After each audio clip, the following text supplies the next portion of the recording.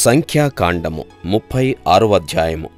యోసేపు పుత్రుల వంశములలో మాకీరు కుమారుడును మనష్షే మనుమడునైన గిలాదు యొక్క పుత్రవంశముల పెద్దలు వచ్చి మోషే ఎదుటను ఇశ్రాయేలుల పితరుల కుటుంబముల ప్రధానుల ఎదుటను మాటలాడి ఇట్లనిరి, ఆ దేశమును వంతు చీట్ల చొప్పున ఇశ్రాయేలులకు స్వాస్థ్యముగా ఇయ్యవలనని యెహోవా మా ఏలినవానికి ఆజ్ఞాపించెను.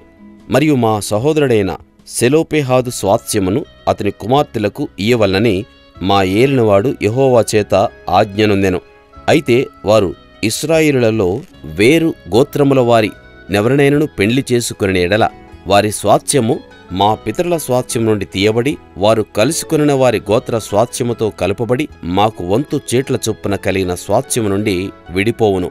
కాబట్టి ఇశ్రాయేలులకు సునాద సంవత్సరము వచ్చినప్పుడు వారి స్వాస్థ్యము వారు కలిసికొనిన వారి గోత్ర స్వాస్థ్యముతో కలుపబడును గనుక ఆ వంతున మా పితరుల గోత్ర స్వాస్థ్యము తగ్గిపోవుననగా మోషే యెహోవా సెలవిచ్చినట్లు ఇశ్రాయేలులకు ఆజ్ఞాపించి ఇట్లనెను.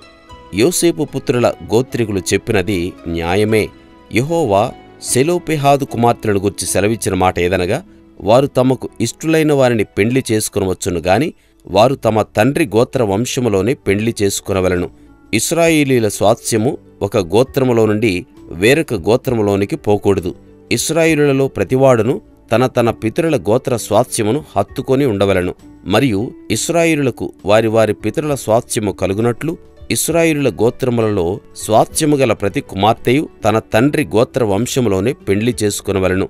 స్వాస్థ్యము ఒక గోత్రములో నుండి వేరొక గోత్రమునకు పోకూడదు. ఇశ్రాయేలుల గోత్రములు వారి వారి స్వాస్థ్యములో నిలిచి ఉండవలెను.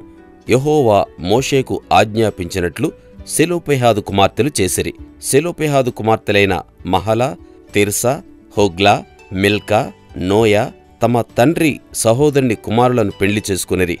వారు యోసేపు కుమారులైన మనష్షీయులను పెండ్లి చేసుకొనిరి గనుక వారి స్వాస్థ్యము వారి తండ్రి గోత్ర వంశములోనే నిలిచెను.